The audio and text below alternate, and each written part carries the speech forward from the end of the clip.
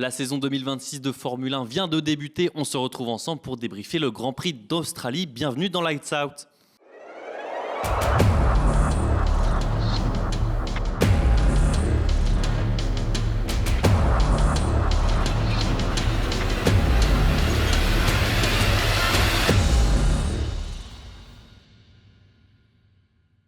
Alors on va revenir ensemble sur ce premier Grand Prix de l'année. Je suis évidemment en compagnie de Baptiste. Salut Baptiste. Salut Raph, comment ça va? Ça va très bien ce Tu début m'as de manqué, nouvelle année. hein, Mais toi pendant aussi cet tu hiver. m'as Oh manqué. là là, Il y 3 en mois a sans un- toi, c'était trop long.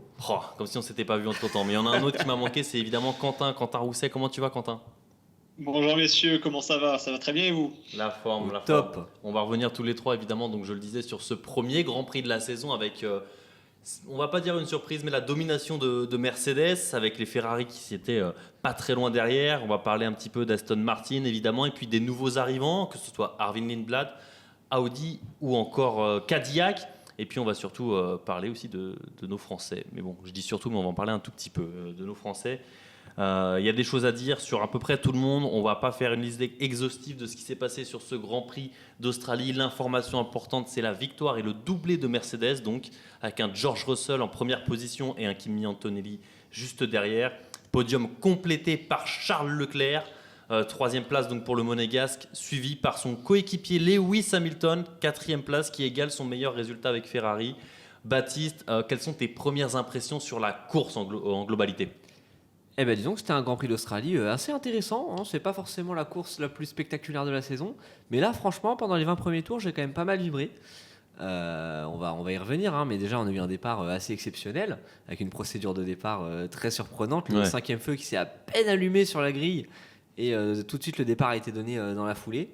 Et puis un départ tonitruant des Ferrari, on s'y attendait après avoir vu les essais hivernaux et le turbo Ferrari qui marchait très bien. Mais ouais, Charles Leclerc qui démarre de la quatrième place, qui se retrouve premier au premier virage, c'est quelque chose qu'on ne voyait quasiment jamais dans l'ère des voitures à effet de sol et même avant en Formule 1. Et là, ouais, ça a semé un peu le chaos d'ailleurs dans le peloton aussi. Mais dans la globalité, c'était un beau Grand Prix. Alors la deuxième partie, on s'est un petit peu plus ennuyé, je trouve. On a eu la bagarre entre Esteban Ocon et Pierre Gasly, nos deux Français, pour la 9e place. Et puis on a eu aussi la bagarre entre Norris et Verstappen pour la 5e place. Mais globalement, c'était un Grand Prix très intéressant, j'ai trouvé. Après, voilà, on va y revenir, mais il y a quand même des choses à redire, je trouve, sur cette réglementation. Ouais, il y a des choses très intéressantes. Quentin, Baptiste le disait, en gros, il fallait pas cligner des yeux sur ce départ. On a eu, comme il l'a dit, un cinquième feu qui n'a pas duré très longtemps. Charles Leclerc l'a évoqué avec un petit peu d'humour après la course. Et on a vu justement ces Ferrari complètement dominer le reste du paddock en fait sur ce départ-là. Il l'a dit, on pouvait s'y attendre, mais est-ce que tu t'attendais quand même à voir Charles Leclerc en première position à la fin du T2? Alors, à la vérité, oui, on savait que Ferrari, à la différence des autres écuries, l'avait révélé pendant les essais hivernaux, que eux avaient travaillé sur cette adaptation à la procédure de départ et avaient donc un avantage. Maintenant, étant donné que la procédure a été revue juste avant le Grand Prix d'Australie, je pensais quand même pas qu'il y aurait un tel gap entre les Ferrari et les autres. Sachant quand on regarde le on-board, je prends celui d'Isaac Hadjar par exemple, qui fait en soi un bon départ, mais Ouais. qui se fait déposer par les Ferrari. Ouais, c'est terrible. Vu le gap de vitesse. C'est vraiment une chose, je pense, qui a surpris tout le monde, y compris d'ailleurs les Mercedes qui étaient en première ligne. Et franchement, un très beau début de course, comme dit Baptiste, il fallait pas cligner les yeux. C'était palpitant. Honnêtement, je ne savais pas quoi m'attendre, peut-être un strike aussi. Mais c'était incroyable. Petit point aussi sur la manœuvre de Colapinto pour éviter Ah oui. un Liam Lawson qui a presque calé au départ, qui donne des images impressionnantes. On ne peut que saluer la réactivité du pilote de F1 argentin. Donc non, franchement, un départ cadencé qu'il fallait suivre. Et les 20 premiers tours, je suis d'accord avec l'analyse de mon confrère, c'était un palpitant honnêtement. Beaucoup de bonnes surprises, y compris sur le fait que les voitures puissent vraiment bien se suivre, contrairement à l'an passé où le capital pneumatique tombait rapidement, où là, avec une gestion de batterie à peu près équivalente entre les Ferrari et Mercedes par exemple, on voit que les pilotes peuvent faire une bataille sur quelques dizaines de tours. Ouais, il y avait cette question évidemment de la gestion et de la dégradation des pneus, mais tous les regards n'étaient pas du tout tournés là-dessus. Baptiste, nous, ce qui nous intéressait, suiveurs de F1 et je pense même spécialistes, c'était évidemment cette gestion de la batterie plus. Ouais, parce que comme l'a dit très justement Quentin, Adjar il fait un départ canon. Normalement, il doit se retrouver premier au Il y a premier un petit peu de virage. patinage quand même, léger, il y a un peu de patinage pour Léger, Adjar, mais il fait pas un mauvais mais départ. quand tu compares aux caméras embarquées de Russell et Antonelli, Oui. alors eux c'était Holiday on Ice, hein, Ouais. c'était terrible. Ah bah surtout Antonelli. Et donc Adjar a une impulsion exceptionnelle, il doit se retrouver premier, et puis tu vois qu'en fait la batterie elle est vide, et il se retrouve quasiment à l'arrêt, et tu vois Charles Leclerc débouler sur sa gauche, mais le delta de vitesse était impressionnant en caméra embarquée. Et je trouve ça limite dangereux en fait, parce que c'est pas normal que sur un départ il y ait un tel différentiel de vitesse à cause de la batterie. Est-ce que ça c'est imputable au règlement ou aux écuries? Parce que si Ferrari a réussi à avoir une aussi bonne gestion de ses procédures de départ, pourquoi est-ce que les autres écuries n'y arriveraient pas? Ta remarque me fait tiquer parce que j'en parlais avec un ami hier justement qui m'a fait à peu près la même remarque que toi en me disant c'est pas normal, c'est dangereux. Je dis ouais mais est-ce que on est vraiment en train de viser la bonne personne en pointant du doigt la bonne personne? C'est sûr que quand tu vois ça, effectivement, il y a une écurie qui a mieux travaillé que l'autre, en l'occurrence Ferrari qui a mieux travaillé que Red Bull. Mais je me dis peut-être que la FIA pourrait apporter une modification au règlement ou aider les écuries en tout cas à ce que le départ ne soit pas aussi chaotique que celui d'hier.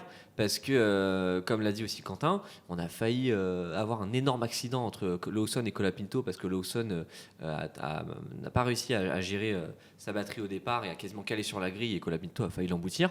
Ça aurait pu être très très grave. Heureusement, l'Argentin avait des réflexes de dingue. Mais voilà, je me dis peut-être que la FIA pourrait aider les équipes sur ce départ parce que là, on était en conditions sèches, donc ça allait encore. Mais imagine un départ sous la pluie, ça pourrait être chaotique. À voir, justement, je me pose la question. Mais toi, Quentin, est-ce que tu partages aussi cet avis-là parce que moi, tu l'auras compris, je suis pas exactement sur la même longueur d'onde. Toi, c'est quoi ton regard là-dessus? Mon ressenti, c'est que je suis. Alors, oui, certes, il y a un gap de performance. Maintenant, c'est pas la première fois que ça arrive dans l'histoire. On va parler d'Alonso un peu plus tard avec notre belle Aston Martin. Mais je repense à leur procédure de départ à eux qui était spécifique pendant ces titres de champion du monde en 2005-2006, où effectivement, eux aussi avaient un gap monumental sur les départs, juste parce que la meilleure technique. On peut pas demander à la FIA d'intervenir et de dire bon, bah, vous avez été plus pragmatique et malin que les autres. Bah. Non, du coup, on va permettre aux autres équipes de le faire ou alors interdire votre système parce que vous n'avez pas anticipé en amont. Pour moi, l'interventionnisme n'a pas sa place. Laissez les équipes faire, justement, c'est pour ça qu'on les paye. Justement, pour une fois que les innovations arrivent et dans le bon sens, laissez-les comme ça.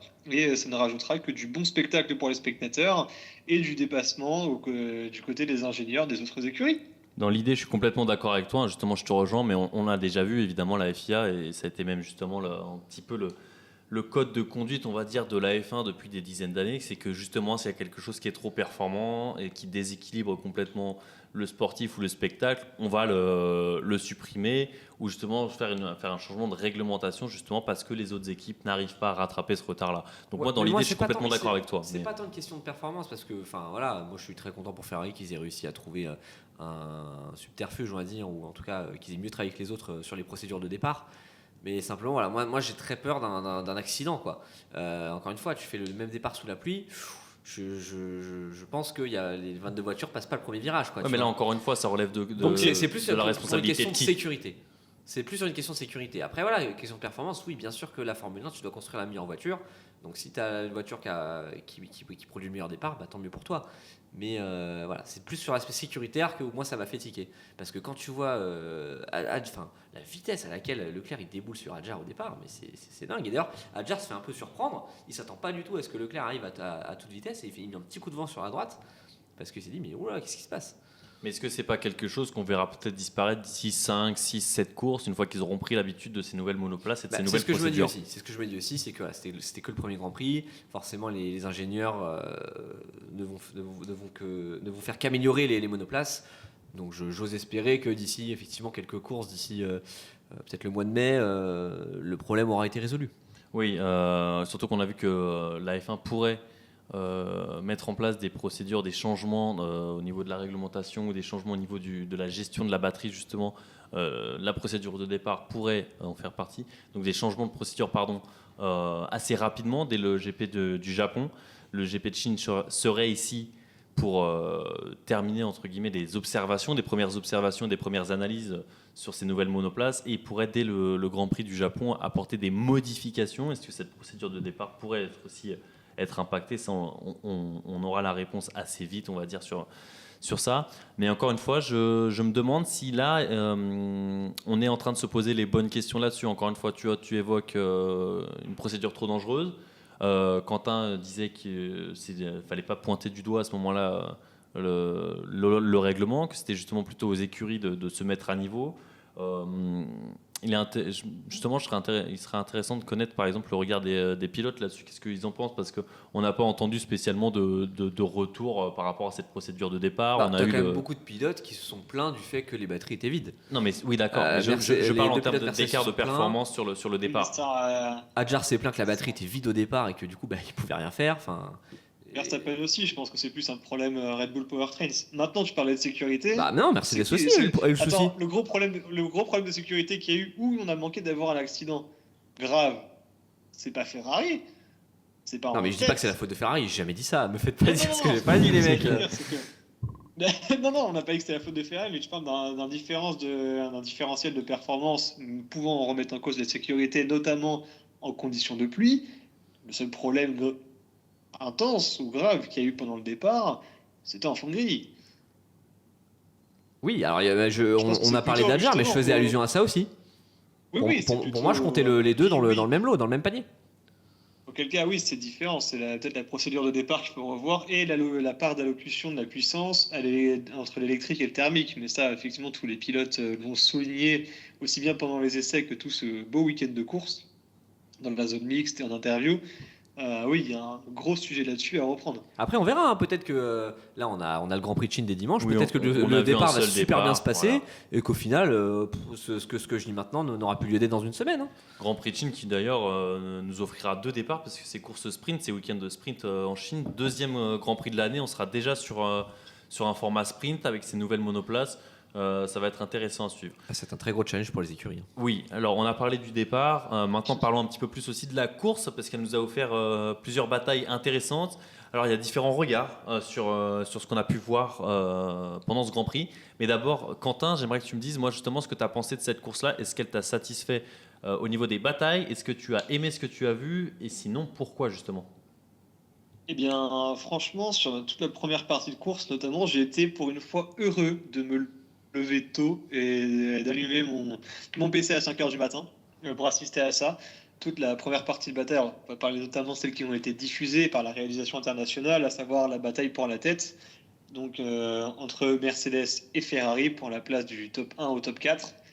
Et franchement, pas mal. On a vu des voitures bien se suivre tout au long des virages, pouvoir combattre proche sans problème majeur, pas de surchauffe automatique, pas de dégradation trop importante, pas de chute de l'aéro. Donc ça, c'est un point que je trouve positif. Maintenant, sur les gestions de batterie, ils ont été plus ou moins équivalents, je pense.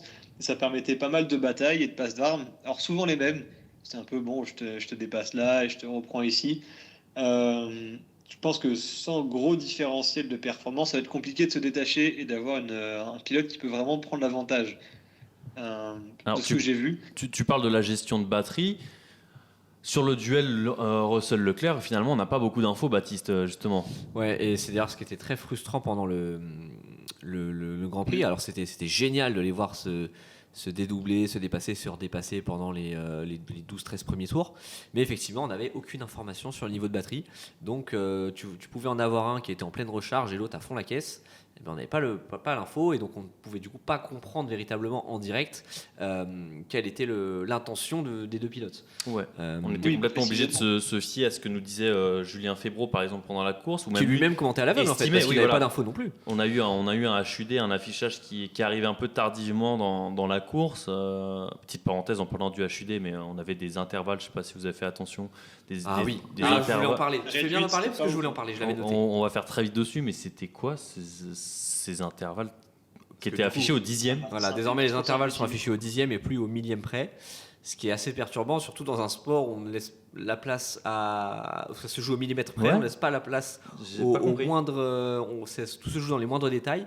Et là, effectivement, c'était très surprenant. Je l'avais vu en fait sur les courses de support en Formule 1, en Formule 3. Je me suis dit ils vont laisser ça que pour les courses de support, ok. Et non, j'allume la télé dimanche matin, je vois que c'est aussi sur la F1. Ouais, j'étais assez Ça m'a sceptique. perturbé. Enfin, genre, Mais j'ai vu qu'il y a quand même eu un très gros lot de critiques à ce sujet, donc j'ai quand même bon espoir que l'affichage revienne au millième près pour Ouais, les c'est prochaines pas quelque courses. chose de compliqué à remettre en place. Bon, J'espère qu'ils le feront aussi parce que voilà, parenthèse fermée. Mais oui, donc on a eu cette gestion de la batterie qui était finalement, pour nous en tant que fans, on était assez à l'aveugle. Mais ça aurait été super intéressant justement, et j'espère qu'ils le mettront en place dès les débuts de course les prochaines fois, de comprendre justement comment est-ce que chaque pilote utilise sa batterie, puisqu'en fait là on est vraiment sur de la gestion. Que ça plaise ou ça plaise pas, hein. D'ailleurs, c'est pas le sujet ici, mais on est vraiment sur de la. Ça me plaît pas. Au moins c'est clair. On est vraiment sur de la gestion dans la course sur chaque tour à des moments différents. On décide d'attaquer à des endroits différents, donc ce qui fait qu'on a des échanges de positions assez fréquents. On a pu le voir.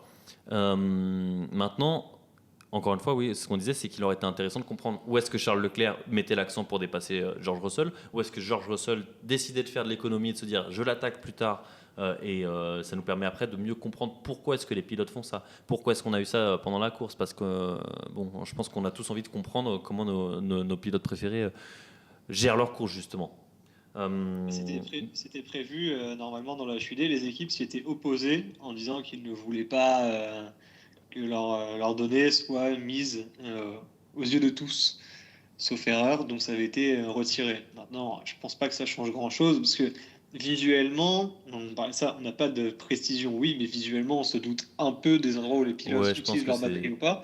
Vu que la batterie est responsable de un peu moins de 50% de la puissance, si jamais un pilote récupère de l'énergie sur un tour et pas l'autre, on va voir le gap grandir à vue d'œil. Donc c'est pour ça que je dis qu'on devinait assez que l'utilisation de la batterie devait être la même.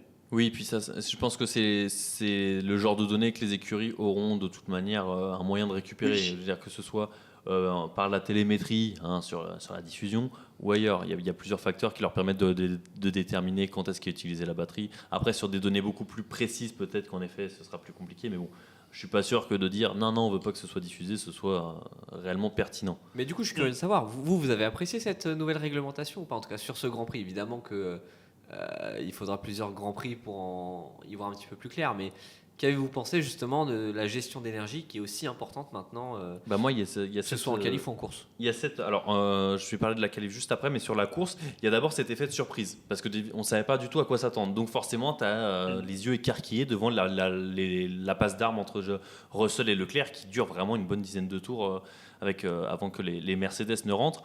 Mais moi, j'étais vraiment, alors pas bouche bée, mais j'étais vraiment content de voir ça, vraiment un beau spectacle, c'était intéressant.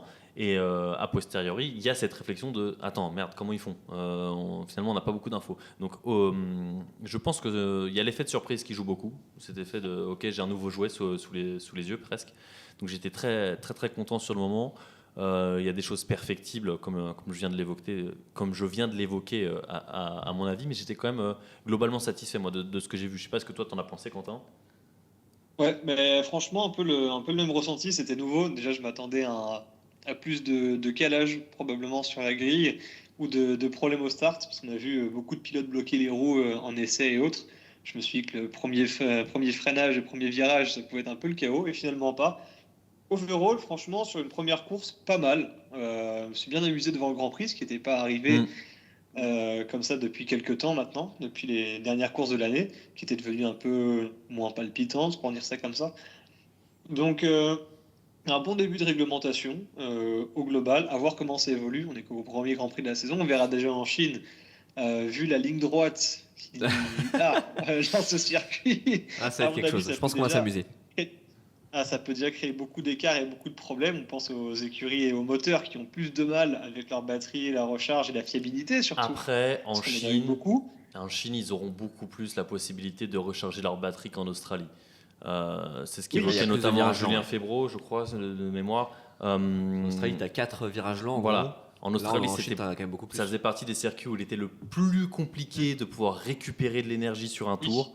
A priori, en Chine, c'est là où ce sera un des plus faciles justement de pouvoir faire ça. Ouais. Donc, on va avoir aussi des profils très différents. On parlait la saison dernière beaucoup de de circuits qui venaient, pardon, Alors, qui avaient un attends, impact tu me sur laisses le. pas donner mon avis sur la réglementation. Bah, tu nous en as déjà donné un petit peu. Oui, non, mais attends, parce que j'ai pas Un étoffé. petit peu, Ok, J'ai pas développé. je termine ma phrase et je te laisse parler, pardon Baptiste. On parlait beaucoup de l'impact sur les pneus, virage rapide, virage lent, savoir si le circuit usé était très demandeur pour les pneus ou pas. Il va y avoir maintenant aussi cette question sur la batterie. Est-ce qu'elle permet justement de recharger ou pas la batterie est-ce que le tracé permet de recharger la batterie? Pardon Baptiste, vas-y.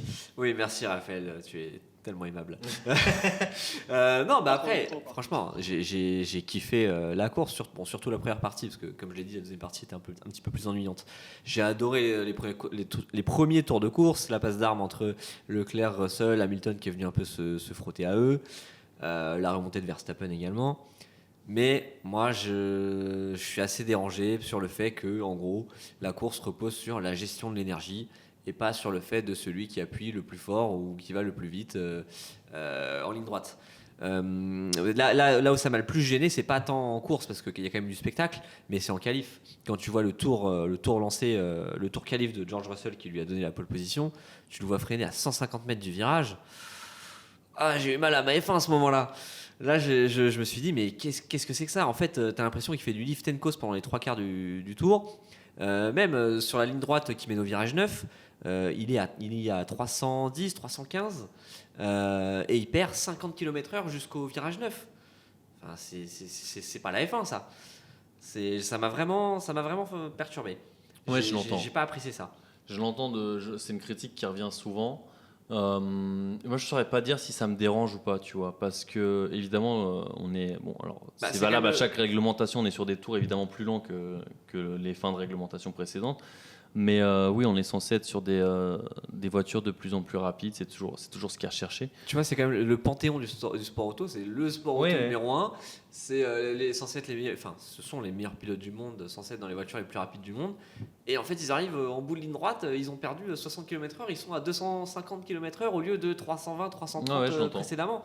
Ouais. Moi, ça me dérange, quoi. Je comprends que ça te dérange justement. Moi, je suis un peu moins critique là-dessus, mais est-ce que je suis pas sûr déjà qu'il y ait une bonne façon de juger ça. Il n'y a pas de bonne ou mauvaise vision des choses là-dessus, mais je comprends totalement. Quentin, toi, je sais pas si tu as le même regard que Baptiste là-dessus. Moi, je sais que c'est quelque chose qui me dérange un peu moins. Qu'est-ce qu'il en est pour toi? Si, en vrai, ça me dérange aussi en fait de voir des pilotes et des monoplaces bridés quand on voit que rien qu'en Australie. Sur la ligne droite, à cause du super clipping, etc., ils perdent 40 km/h avant la fin de la ligne droite. Ah, même plus, hein. C'est même plus pour jusqu'à certains, 60. Ouais. Pire... C'est délirant. Voilà, 40 km/h au pire des cas. En fait, c'est ça, c'est un sport, malheureusement. Alors, pour le coup, si la course était sympa, c'est vrai qu'on ressent beaucoup de. C'est pas comme si tout le monde était bridé. C'est bête à dire, mais il n'y a plus d'expression totale de pilotage ni de performance. C'est-à-dire que maintenant, c'est du calcul. Ouais, c'est ça. Est-ce que c'est vrai? Voilà. Alors, c'est bien en un sens, parce que je sais pas, oui, d'un côté, on a eu un très bon Grand Prix par rapport à beaucoup d'autres qu'on a eu dans la précédente réglementation. De l'autre, c'est pas forcément ce qu'on s'attend à voir en F1 que des pilotes qui sont bridés la moitié du temps en piste. On se plaignait déjà du lift and coast l'an passé. Là, c'est plus du lift and coast, là, c'est du.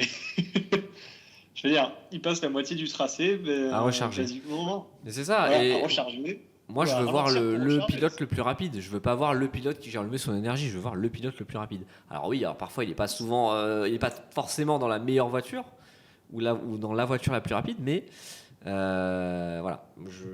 C'est pour ça que je suis très dubitatif sur cette nouvelle réglementation. Mais on va laisser sa chance au produit. De toute façon, c'est pas moi qui fais le règlement, donc dans tous les cas, c'est comme ça. Et ça va pas m'empêcher de kiffer la saison, je pense, mais cette artificialisation des dépassements me dérange un peu. Ouais, moi je pense que de toute façon, c'est encore une fois, c'est parce que la FIA, enfin, ils recherchent pas la même chose que nous en tant que fans. Je pense que c'est surtout ça. Je pense que là où nous, justement, on s'attend à voir les pilotes les plus rapides, à avoir des tours de plus en plus courts, justement, pour voir les monoplaces être de plus en plus performantes. Eux, ce qu'ils cherchent à mettre en place, c'est surtout du spectacle. Donc que ce soit avec une seconde au tour en plus ou en moins, ils s'en fichent un petit peu. Je pense que là où le but recherché à la toute fin, ce sera toujours de générer plus d'argent. Comment? En ayant plus de spectacles, pour qu'on ait plus de fans, pour qu'on ait plus de personnes qui regardent. Donc je pense que de toute façon, la question, elle est surtout... T'es en train de nous dire que l'argent est roi, Raphaël? je n'oserais jamais dire Je comme n'ose pas ça. le croire. C'est déjà parce que jamais. C'est pas possible, enfin. On vit dans un monde... On m'aurait menti? Voilà, ce serait même, je pense que même dans un film, personne ne pourrait croire que l'argent est roi, s'il vous plaît. Un peu de réalisme, merci. Mais oui, voilà. L'avis des fans, ce que je veux dire, c'est qu'il est complètement différent de ceux qui font les règles. Voilà. Cela étant dit, évidemment, on a notre opinion. Chacun aura la sienne, évidemment. Et c'est toujours intéressant justement de débattre de ces choses-là parce qu'on se rend compte que déjà on a des manières de consommer le sport différentes. Et ça, c'est toujours hyper intéressant parce qu'on n'est pas toujours à la recherche de la même chose. Bref, je m'égare en philosophie. Mais voilà, comme tu as dit, on va laisser sa chance au produit. On va voir ce que ça donne sur les prochaines courses. On n'a vraiment que quelques éléments de réponse sur les nombreuses questions qu'on a depuis le début des essais de pré-saison. Donc, hâte de voir ce que ça va donner sur les prochains Grands Prix. Après voilà, tu vois, je demande pas à ce qu'ils battent les records de piste chaque année, qu'ils fassent des tours à 1 minute 5, 1 minute 10 contre 1 minute 20 il y a 10 ans, tu vois. Mais simplement qu'on les voit à fond, du début à la fin, Bien sûr. pendant un tour qualif par exemple. Ouais, Pendant la course, évidemment qu'il y a la gestion, évidemment, c'était déjà le cas avant dans la réglementation effet de sol.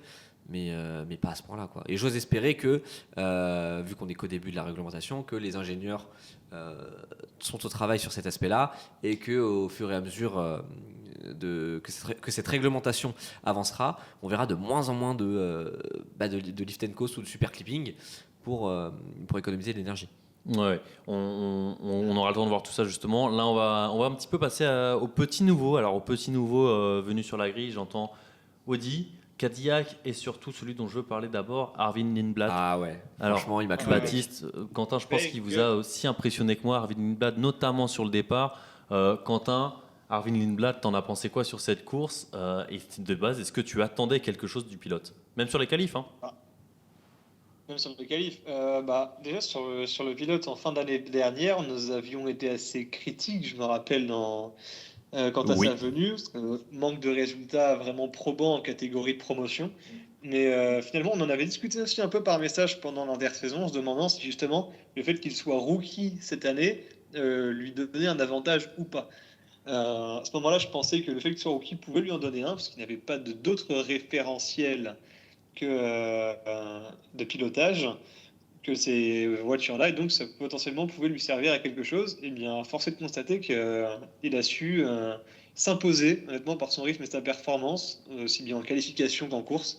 Très impressionnant sur l'entièreté du week-end, et ça a l'air d'être un gars super. Donc, franchement, pilote à suivre. Personnellement, il m'a fait forte impression.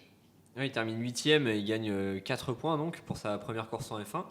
Mais surtout, est-ce qu'on peut parler de son départ, s'il vous plaît? C'est majestueux, honnêtement. C'est extraordinaire. C'est sublime. Moi, j'étais choc-barre. Ah ouais. Franchement, Non mais oui, parce qu'il se retrouve juste derrière Isaac au départ, il se retrouve à la bataille avec une Ferrari, celle de Lewis Hamilton, puisque Leclerc est devant. Il se retrouve à dépasser Kimi Antonelli. Bon, tout le monde a dépassé Kimi Antonelli, mais bon. Mais le départ est canon. il part 9ème et pendant quelques secondes, parce que Lewis Hamilton Ouais. leur dépasse, Ouais. pendant quelques secondes, il est 3ème. Ah ouais. C'est extraordinaire. Quand tu pars 9ème, c'est improbable. Ah, parce qu'on a parlé Surtout des dans Ferrari. une voiture du milieu de plateau comme Ouais. la Racing Bull. Ah non, c'est fou. Parce que, oui, on a évoqué le départ canon des Ferrari, mais Arvin, putain, il fait quand même un sacré départ. Hallucinant. Puis même sur la course, il baisse pas spécialement de rythme, Quentin. Non, même pendant la course, il reste vraiment constant, rapide. Il ne s'est non plus, pas non plus laissé impressionner par les batailles en piste. Non, franchement, peut-être qu'on l'a sous-coté. Ah, ce n'est qu'un premier Grand Prix. Enfin, mais pour le moment, je pense qu'il était énormément sous-coté et que ce sera un des pilotes à suivre pour cette saison. Il a montré de la vitesse, il a montré du caractère en piste, effectivement. Et moi, ce qui m'a plu, c'est qu'à un moment, il s'est retrouvé en piste avec Max Verstappen. Et on aurait pu se dire, bon, il va le laisser passer parce que voilà, c'est la voiture Red Bull, c'est la même famille. Mais pas du tout, il s'est défendu Il s'est pas démonté. Ouais. pendant quelques temps. Alors, ça n'a pas duré très longtemps parce que, bien évidemment, Verstappen, à la fois par son expérience, son talent et puis la vitesse de sa voiture est plus rapide que Lindblad.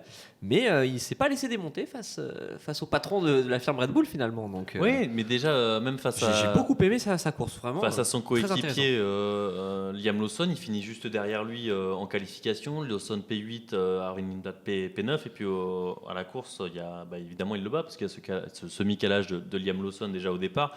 Mais il termine 8ème, profitant notamment de l'abandon d'Isaac Hadjar devant lui. lui et du non-départ d'Oscar Piastri. Si on les ajoute, ça le place quand même dans les points, on va dire, même si évidemment la course aurait été différente. Donc, non, course très solide, surtout pour une première de Lindblad, très impressionnant dans une Racing Bulls qui fonctionnait bien, qui est plutôt là où on l'attendait en termes de performance, dans le sens où c'est bien que ce soit une voiture complètement différente, c'est dans la continuité de ce qu'on a pu voir la saison dernière. Donc, content de voir que l'écurie a su gérer ce virage correctement. Très, très, très, très bonne première de la part du pilote. Et puis à voir ce que ça va donner sur les prochaines, évidemment. Il y avait d'autres nouveaux venus, ou d'autres revenants. On va commencer par ceux qui ont fait le meilleur résultat. Audi, avec un Nico Hülkenberg qui n'a malheureusement pas pu prendre le départ, mais un Gabriel Bortoleto qui, pour la première course de l'écurie enfin, inscrit les premiers points de l'écurie en F1, le pilote brésilien. Ouais, il est sur sa lancée de sa bonne fin de saison 2025. Franchement, c'était pas dans mon bingo, non, Audi dans les clairement points pas. dès la première course. En tout cas, j'aurais peut-être pas forcément misé sur Gabriel Bortoleto, peut-être plus sur Hülkenberg. Mais course solide, il a montré de la vitesse, la régularité. Bon, malheureusement, il n'a pas pu signer un chrono en Q3 parce qu'il a eu un problème mécanique à la fin de la Q2. Pour rentrer au stand. Il avait gêné d'ailleurs l'entrée des stands. Mais franchement, non, c'est solide et il poursuit son apprentissage. Et voilà, ça va être la confirmation pour lui et ça démarre idéalement. Quentin, on a vu Gabriel Bortoleto donner un petit speech de conclusion à la fin de la course en disant qu'il était très fier de l'équipe et puis que sûrement que Nico aurait été aussi dans les points. T'en as pensé quoi de cette Audi ? Franchement, pour une écurie qui arrive à faire fonctionner son premier moteur de l'histoire et que du coup est une écurie engine, donc construit elle-même son châssis et autres, je trouve que c'est un résultat plutôt impressionnant. On aurait pu s'attendre à pire, alors même s'il y avait déjà les infrastructures de Sauber qui étaient préexistantes avec le staff, contrairement à Cadillac qui doit partir de zéro. Franchement, non, c'est une écurie qui m'a plutôt impressionné aussi. Vitesse, régularité, là, pépin de fiabilité bien sûr, mais ça à l'image de nombreux autres, ce qui était dommage. Néanmoins, un très très bon début. L'entièreté de la firme semble contente jusqu'ici de ce qu'a accompli par l'écurie. Plus, alors moi, un truc que j'aime bien, c'est leur concept de ponton qui est très différent de ceux de toutes les autres écuries. Alors il fallait oser en les derniers qui ont osé, on a vu ce que ça donnait. Certes, en attendant ici, so far so good. Donc non, franchement, un projet qui me plaît bien et qui a l'air de bien fonctionner avec une bonne structure Audi entre les différents sites et en Allemagne et en Suisse. Donc une collaboration qui fonctionne, intéressant à suivre et un bon benchmark pour voir ce que d'autres équipes pourraient faire dans leur transformation. Je ne vise personne. Ouais, on a meilleur résultat que la prochaine écurie dont on va parler en parlant de nouveaux venus, c'est Cadillac. On avait peut-être des attentes un peu moins hautes pour ce qui est question de l'écurie américaine. Oui, tout à fait normal. Là, et pour le coup, il n'y avait pas de base, on va dire, pour développer quoi que ce soit. On a quand même un Sergio Pérez qui termine dernier si on nommait les... Alors, dernier, il ne termine pas 22e, mais... Oui, mais si on nommait justement ceux qui n'ont pas pris part à la course, ceux qui n'ont pas terminé la course, mais il a pu justement, lui, aller au bout, au contraire de son coéquipier Valtteri Bottas. Absolument. Ouais, Bottas qui a abandonné au 18e tour pour une casse moteur. Pérez est allé au bout. Alors, il termine à 3 tours, je crois, de George Russell. Mais c'est bien, c'est un week-end assez solide pour Cadillac, qui n'a pas fini dernier des qualifications en profitant des mésaventures des uns et des autres, que ce soit Carlos Sainz, Lance Stroll ou Max Verstappen. Mais premier week-end solide, voilà, de toute façon c'est une année d'apprentissage, évidemment qu'ils ne vont pas jouer les victoires, les podiums, les top 5 et qu'ils finiront très peu de fois dans les points s'ils y arrivent. Mais ça fait plaisir de les voir pas complètement, comment dirais-je, quand tu vois que tu arrives à passer entre les mailles, largué, oui, c'est ça. Quand tu vois que tu as d'autres écuries qui ont eu différents problèmes autour de leur voiture, de leur monoplace, et qu'il y a au moins un des pilotes qui arrive à terminer cette course où tu te dis, ok, on a des choses à tirer de ça parce qu'il y a une bonne base pour une première course. Déjà, ça te permet de récolter des données, aussi mentalement te dire putain on l'a fait déjà, c'est complètement, c'est un peu con, mais investi, les moyens humains, techniques mis en place, t'as des grosses attentes, c'est la première course, tu te dis putain ok on est allé au bout, je pense que ça soulage aussi. Non il y a des bonnes choses à tirer pour Cadillac sur ce week-end là. Il faut juste qu'il règle les problèmes de rétroviseur, mais ça c'est... Voilà, éviter de perdre son rétroviseur pendant les essais, ça c'était quand même assez drôle, mais ouais il y a quand même des bases solides. Quentin, on va rapidement passer sur Cadillac. Voilà, pas grand-chose à dire Ouais. de spécial. Par contre, sur une autre écurie, on aurait peut-être plus à dire sur Oh Aston là là. Martin. Oula, Aston Martin, juste pour conclure sur Cadillac rapidement, il faut aussi se rappeler qu'il y a encore un peu plus d'un an, le projet n'était pas certain du tout, ce qu'a rejeté encore par l'écosystème F1. Donc finalement, une bonne prouesse, je suis d'accord avec vous, ne serait-ce que de finir un Grand Prix et de pouvoir s'y présenter.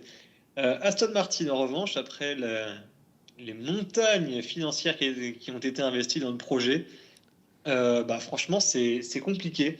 Rien ne semble C'est peu aller de sur le la dire. voiture. C'est compliqué, Voilà. c'est peu de le dire. Pardon, mais Voilà, je c'est vais peser compliqué, les hein, mots, tout le fait bien. c'est la merde. Parce que c'est compliqué partout. Il y a en fait apparemment rien qui va. La voiture est même apparemment dangereuse pour les pilotes à piloter. Ça, c'est quand même dingue.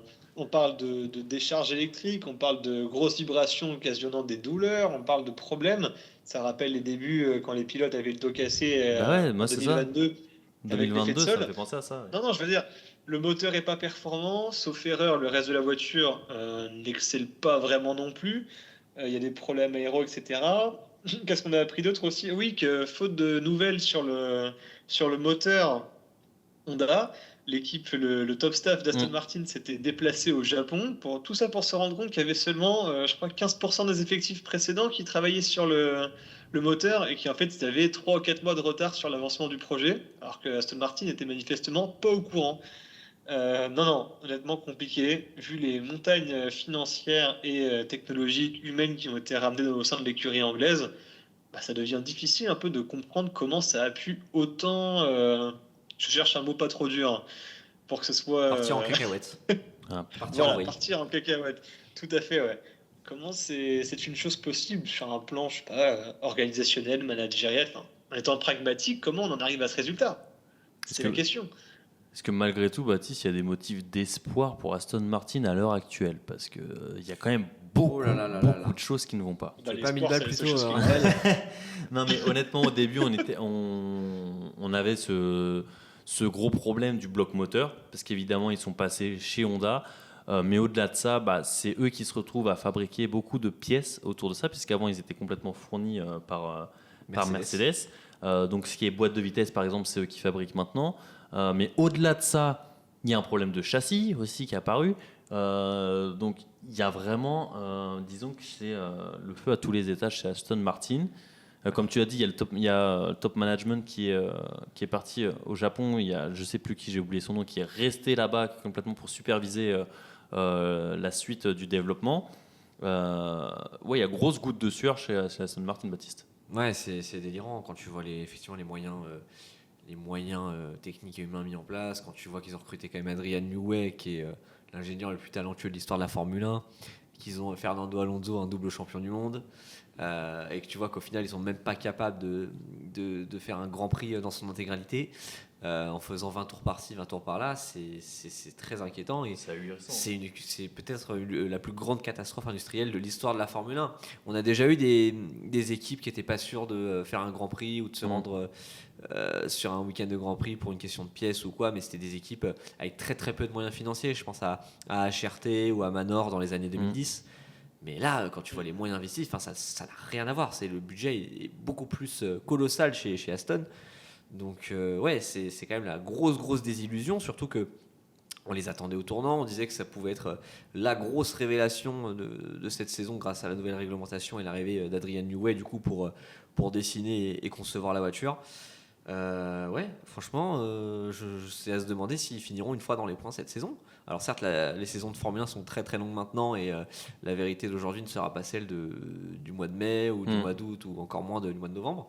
Mais les motifs d'espoir, j'ai quand même envie de te dire que Fernando Alonso, je l'ai trouvé quand même moins négatif en zone mixte que Lance Stroll ou Adrian Newey par exemple. Enfin, Lance Stroll qui est pas négatif aussi, ça aurait été surprenant. Hein. Non, mais tu vois, genre par exemple Adrian Newey qui explique que bah voilà, c'est très compliqué de rouler plus de 20 tours à cause des vibrations du moteur et de la fiabilité de la voiture. Alonso te dit oui, bon, les vibrations c'est pas si gênant que ça, quoi. Je pourrais courir 300 tours avec sans problème. Donc voilà, Il a aussi déclaré l'inverse en disant qu'au-delà de 20 tours, il pourrait avoir des dommages sur ses mains à long terme.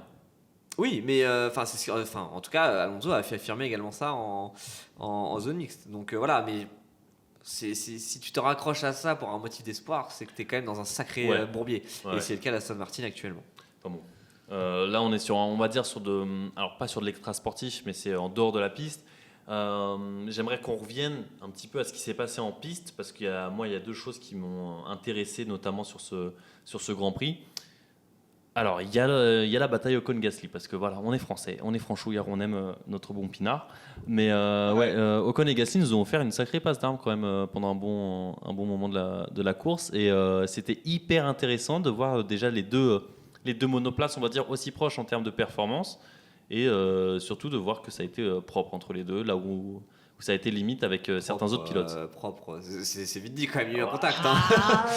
Il y a eu Ouais, un Moi, tant qu'il n'y a personne dans le gravier, j'estime que c'est Non, propre. alors oui, d'accord, mais bon, voilà, ça n'avait pas été 100% propre. Il y a eu un petit contact, ponton contre roue avant ou ponton contre aileron. Ouais.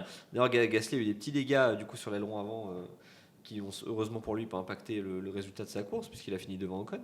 Mais ouais, c'est dingue, hein, ces deux-là, ils se retrouvent, ils finissent toujours par se Mais retrouver. c'est ce que je me disais en cours. Hallucinant. Peu importe, en fait, leur destin, ils sont toujours liés. C'est quand même dingue. Parce que peu importe dans quelle écurie ils se retrouvent, ils sont toujours très proches en termes de performance. Bon, l'année dernière, c'était un peu moins le cas, puisque Alpine était vraiment au fond du trou. Mais c'est vrai que les deux, quand tu vois leur nom en fait, côte à côte au classement, tu peux pas t'empêcher de dire putain, mais encore, c'est pas Il possible. faudrait mettre Ocon dans la Mercedes et Gasly dans un Cadillac pour tester un truc. voir s'ils se croiseraient quand même. Ce serait hyper Tu vois, intéressant. des drapeaux bleus, je me dis, il y aura peut-être un contact, Ouais, un ouais. truc. Non, mais c'est vrai que c'est fou. Quentin, il y a autre chose. Voilà, on passe très rapidement sur Ocon et Gasly. Il n'y a pas non plus tant de choses à dire là-dessus. Il faut qu'on parle de notre troisième français aussi. J'allais y venir Ah justement. Isaac Hadjar, oui. qui donc doit abandonner assez rapidement dans cette course et qui déclare après la course: ah, je savais que le moteur allait exploser. Je sais pas si tu as vu passer ça, c'est quand même assez dingue. Il affirme que dès le départ, il a entendu le moteur faire un bruit différent et que ça allait mal se passer. Ah, en fait, qu'est-ce qu'il y a à dire de plus que ça c'est Malchanceux inquiétant, en quand même, Australie, 2 années de suite. Mais ouais, au moins il a pu le prédire. Donc, on va dire que c'est un point positif. Maintenant, malheureusement, pas surpris. Ça reste des technologies très complexes qu'on maîtrise. Enfin, que nous, personnellement, mais que les écuries ne maîtrisent pas encore totalement. Donc, dommage. J'aurais bien aimé le voir aller au bout du Grand Prix et ce qu'il aurait pu nous proposer, parce que ça commençait plutôt bien.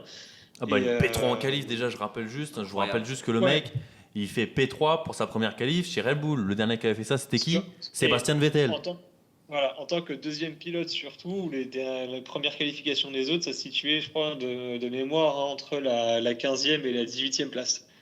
Donc, non, grosse perf, déçu pour lui. Je pense que c'est le premier à pâtir de la situation. Maintenant, On l'a pas senti abattu quand même. Hein. On l'a pas senti abattu. Non, il sait qu'il y a, il y a il sait des qu'il y a motifs beaucoup d'espoir. Ah bah c'est clair, gros week-end malgré tout pour lui, Et surtout- au-delà du résultat oui. final. Et surtout maintenant avec le management de Laurent Mekies qui diffère un peu de ce qui était connu précédemment chez Red Bull. Non, franchement, le pilote doit se sentir bien accompagné et sait que ce n'est que partie remise pour montrer l'étendue de ses talents, des talents qu'il a pu déjà démontrer en qualification et en début de course. Donc non, très déçu pour lui. Néanmoins, on sait qu'ils reviendront plus fort. J'ai hâte d'être au prochain Grand Prix juste pour voir ce qu'il va faire. Hein. Je vous mens pas, vraiment c'est Ouais, mon ouais. attraction de l'année peut-être. Isaac Ouais, Hadjar. c'est clair, on est à fond derrière lui. Et puis c'est la première fois depuis 2019 et Pierre Gasly Ouais.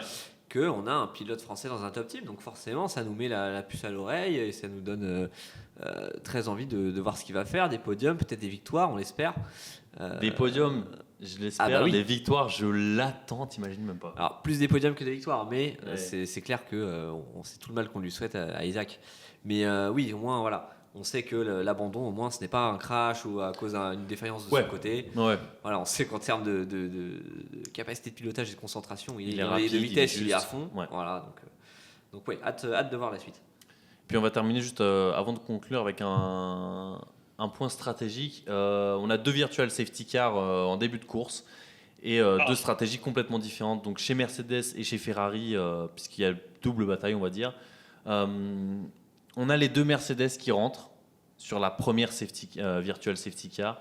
Les Ferrari décident de ne pas le faire. Et Lewis Hamilton précise même à la radio, on aurait dû au moins splitter, qu'il y en a un de nous deux qui rentre. Baptiste, moi j'aimerais justement connaître ton regard sur ça. Est-ce que Ferrari a pris la bonne décision ou pas? Parce qu'honnêtement, il y avait ce grand espoir, on va dire, qui est une autre virtual safety car. Malheureusement, ça n'a pas joué en leur faveur.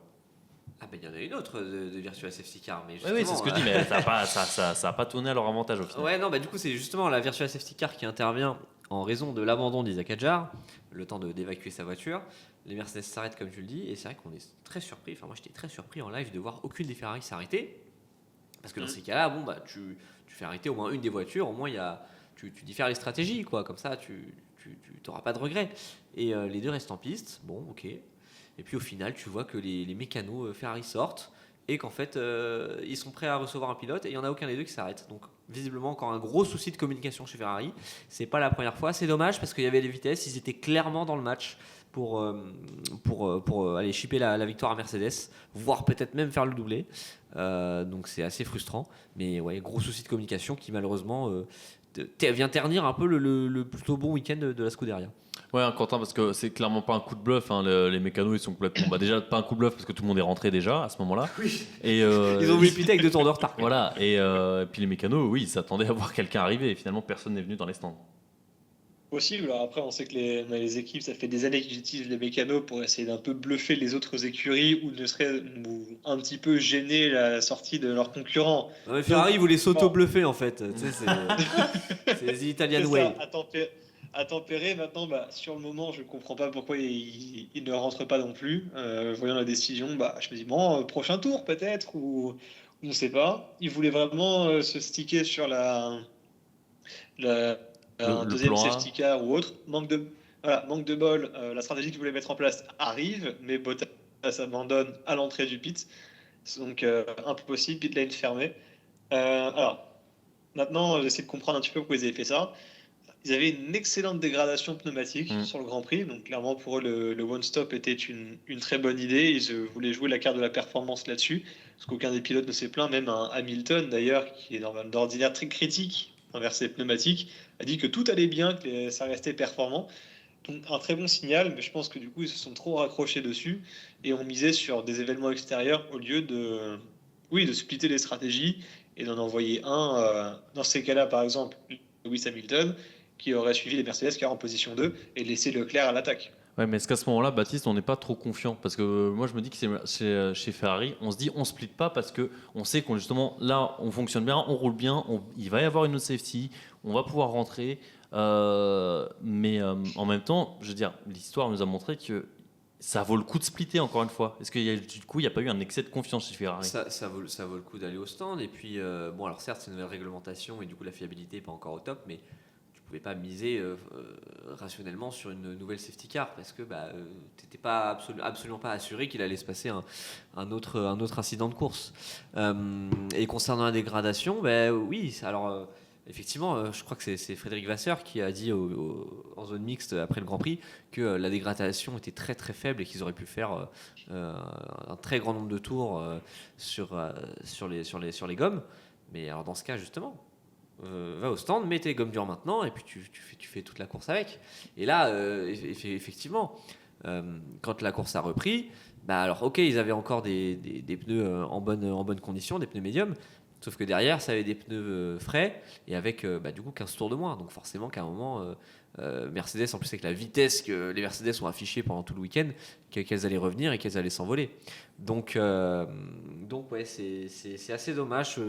Une nouvelle plantade de Ferrari sur la stratégie, malheureusement, on est un petit peu habitué avec eux depuis quelques années, mais il faut vraiment corriger ça parce que honnêtement, c'est quand même un Grand Prix qui est, je trouve, assez porteur d'espoir pour les deux, Leclerc et Hamilton. Ils avaient un peu la grise mine après les qualifications. Il y avait de quoi parce que Leclerc a fini à 8 dixièmes de Russell et Hamilton à presque 1 seconde, 960 millièmes pour être précis. Mais en course, ils ont affiché une très belle vitesse. Ils étaient dans le match. Mais j'ai apprécié la réaction de Charles Leclerc et Lewis Hamilton qui n'ont pas blâmé, on va dire, leur équipe sur la stratégie et sur la décision de ne pas s'arrêter et qu'on préférait retenir la bonne performance et la bonne vitesse de pointe et le bon comportement de leur monoplace pendant la course. Donc là aussi, c'est comme Isaac Hadjar, c'est porteur d'espoir pour la suite. Tu l'as dit, porteur d'espoir, justement, le prochain rendez-vous, ce sera directement cette semaine, du 13 au 15 mars. On va faire d'abord un petit point sur les classements, justement, voir ce que cette première course nous permet de définir comme ligne directrice sur la saison. Et puis, on conclura juste après. Donc, Baptiste, c'est à toi, c'est ta petite rubrique. Eh bien, rappel du classement de la course, qui est aussi le classement pilote, puisque c'est la première course de la saison, ce Grand Prix d'Australie. George Russell qui termine premier devant Kimi Antonelli, deuxième. Charles Leclerc est troisième, Lewis Hamilton quatrième. Lando Norris, le champion du monde en titre, est cinquième, avec Max Verstappen juste derrière à la sixième place. Oliver Burman, très très belle course aussi d'Oliver Burman qui termine septième, devant Arvid Lindblad à la huitième place. Gabriel Bortoleto, on l'a dit, sur Audi qui termine 9e. Et le point de la 10e place pour notre Français Pierre Gasly. Au classement des constructeurs, Mercedes profite de son doublé et fait le plein de points avec 43 points. Ferrari est 2e avec 27 points. McLaren 3e avec 10 points. Red Bull est 4e avec les 8 points de Max Verstappen. Haas est 5e avec 6 points. Racing Bulls 6e. Audi 7e. Alpine est 8e avec le point de la 10e place de Pierre Gasly. Et on a 3 écuries donc à 0 points. Williams, Cadillac et Aston Martin. Donc tu as quand même 8 écuries qui ont marqué des points dès le premier Grand Prix. Ouais, c'est beaucoup. Quentin, c'est une bonne surprise, on va dire. On l'a dit, il y a eu beaucoup de choses positives à retenir de ce Grand Prix.